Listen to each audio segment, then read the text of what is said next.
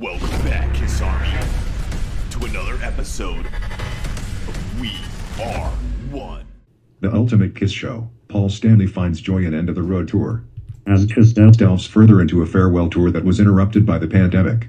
Lead singer and guitarist Paul Stanley knows what he'll miss most about the band he co-founded with bassist/singer Gene Simmons in 1973 in New York City. There's nothing really that can compete or come close to the combustive emotional nature of what we do on stage and the connection to the fans, he said in a phone interview.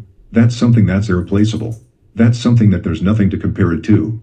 But fans won't have to worry that they'll see mopey or overly sentimental Stanley on stage as he grapples with the reality that this is the final Kiss tour. I'm not one for missing things. I will have all of those memories. I'm not one who pines for the past or mourns the past. Better to appreciate it and know how damn lucky I've been, he said. That being said, the thing that can't be replaced or replicated is that sacred time on stage. But I've lived it. In fact, Stanley, in typical fashion for a band that has never been short on bravado, said this last outing, billed as the End of the Road tour, is actually a festive occasion. This is really a time of joy, and for us to be up there and celebrate what we've done together, Stanley said, including fans as the key part of the experience. It's much better than finishing a tour, let's say, and then a year later deciding you don't want to go out and 2 years later you decide you don't want to go out. In that sense, you've called it quits. But this is so much better for us and better for the fans to go out there with the highest of spirits and the greatest of shows. The show, indeed, is bigger and bolder than any Kiss has taken on the road, Stanley said. That's no small endeavor for a group that helped revolutionize the rock concert in the 70s by not only donning their famous makeup, Stanley as the star child, Simmons as the demon, original guitarist Ace Frehley as the space ace and original drummer Peter Criss as the Catman, but with state-of-the-art lights.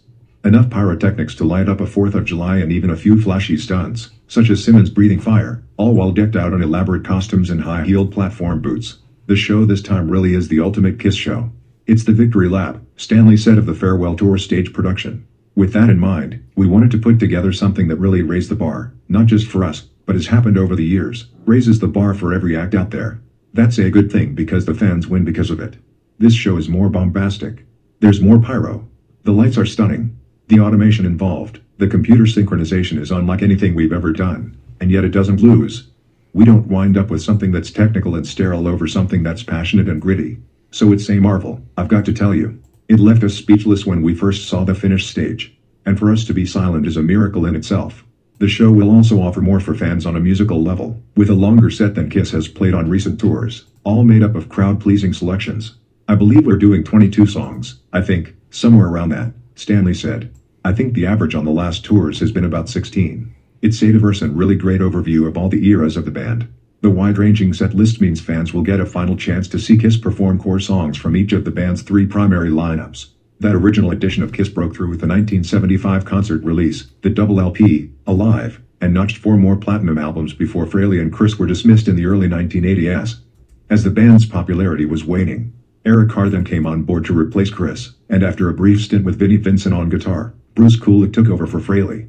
In an attempt to refresh the band, this 1980s edition of Kiss dispensed with the makeup and enjoyed a resurgence with a pair of platinum albums, 1985's Asylum and 1987's Crazy Nights. Frehley and Criss returned for a blockbuster reunion tour in 1996, followed by the release in 1998 of Psycho Circus, a reunion album that was a reunion in name only.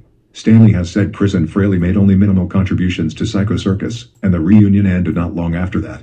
Guitarist Tommy Thayer and drummer Eric Singer, who, after Carr passed away in 1991, joined and remained with Kiss until the 1996 reunion with Criss and Frehley, signed on, creating the third long-lasting lineup, which remains intact to this day. This lineup bounced back from the Psycho Circus debacle to make 2 albums, Sonic Boom in 2009 and Monster in 2012, that were among Kiss' strongest efforts since the 1970s.